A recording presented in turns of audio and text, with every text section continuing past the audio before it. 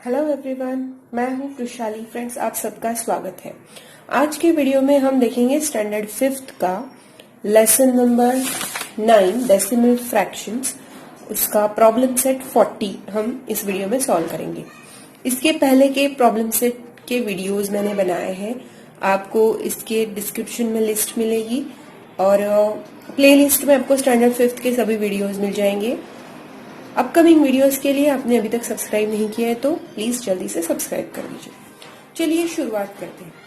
आज हम देखेंगे writing half, 3/4 and 1 1/4 in decimal form. मतलब ये जो कंसेप्ट होती है हाफ, क्वार्टर एंड 3/4 एंड 1 1/2 इसको किस तरीके से हम डेसिमल फॉर्म में लिखेंगे। पहले हाफ क्या होता है, जब 1/2 मतलब 1 डिनोमिनेटर में 2 होता है और न्यूमरेटर में 1 होता है, इसको हाफ कहा जाता है। To convert this fraction into decimal form, the denominator of 1/2 must be converted into equivalent fraction as 10। आपको इसको डेसिमल फॉर्म में कन्वर्ट करने के लिए इसका डिनोमिनेटर 10 बनाना होगा। तो आपको यहाँ पे इस चीज को हम देखेंगे। अभी डिनोमिनेटर 2 है, हमें डिनोमिनेटर 10 बनाना है, तो आपको सोचना पड़ेगा ऐसा कौन सा नंबर है जिससे मैं 2 को मल्टीप्लाई करती हूँ तो मेरा डिनोमिनेटर 10 बनेगा। तो मुझे मिलता है 5 इज दैट नंबर जिससे मैं अगर 2 से मल्टीप्लाई करती हूँ तो मुझे डिनोमिनेटर 10 मिलता है। तो अगर मैंने 5 को यहाँ मल्टीप्लाई किया तो मुझे ऊपर भी करना पड़ेगा। उस तरह से 5 1 ज़ा 5, 5 2 ज़ा 10, मेरा ये फ्रैक्शन बन जाता है 5/10। और इसको अगर मैं डेसिमल फॉर्म में लिखती हूँ तो मेरा क्या बनेगा 0.5। ठीक है।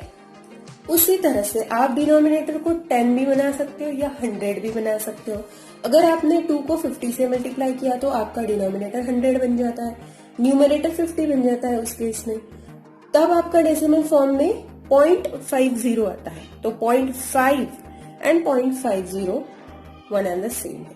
Therefore, half is written as 0.5 और 0.50। ठीक है। अब हम देखेंगे क्वार्टर और 3/4 की कंसेप्ट। 1/4 इसे क्वार्टर कहा जाता है और 3/4 इसे 3/4 कहा जाता है। तो अब इन्हें हमें कन्वर्ट करना हो चलिए फ्रेंड्स, अब हम देखेंगे एक क्वार्टर को डेसिमल फॉर्म में किस तरह से लिखा जाता है। 1/4, यहाँ पे डिनोमिनेटर 4 है तो मुझे उसे 100 बनाना है, तो मैं 25 से मल्टीप्लाई करूंगी। नीचे किया है तो मुझे ऊपर भी करना पड़ेगा न्यूमरेटर में भी।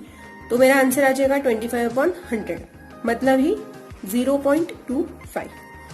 और उसी तरह से 3/4 का 3/4, 4 को मैंने 25 से मल्टीप्लाई किया तो 100 आता है, ऊपर भी मैंने 25 से मल्टीप्लाई किया तो 75 आता है। 75/100 मतलब ही 0.75।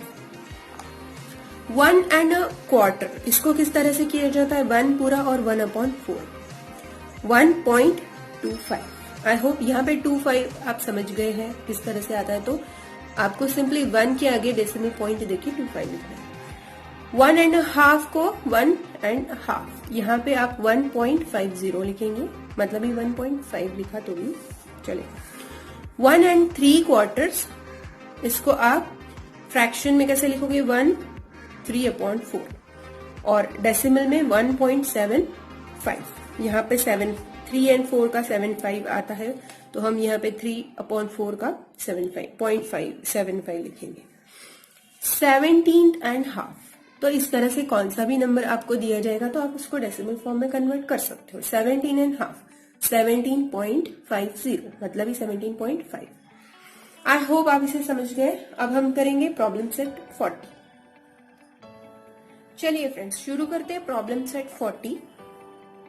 इसमें पहला क्वेश्चन है, write the following fractions as decimal fraction. 2 1/2, यहाँ पे लिखती हूँ 2 1/2, तो हम इसको डेसिमल में कैसे लिखेंगे, 2.5। ठीक है। सेकेंड है 2 1/4, 2 1/4 मतलब 2 and 1/4 मतलब ही 2.25।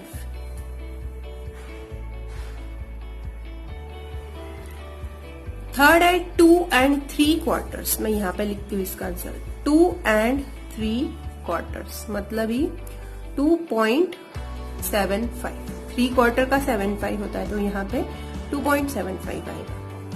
10 and a half, fourth question 10 and a half, तो मैं यहाँ पे लिखती हूँ 10 and half is equal to 10.5।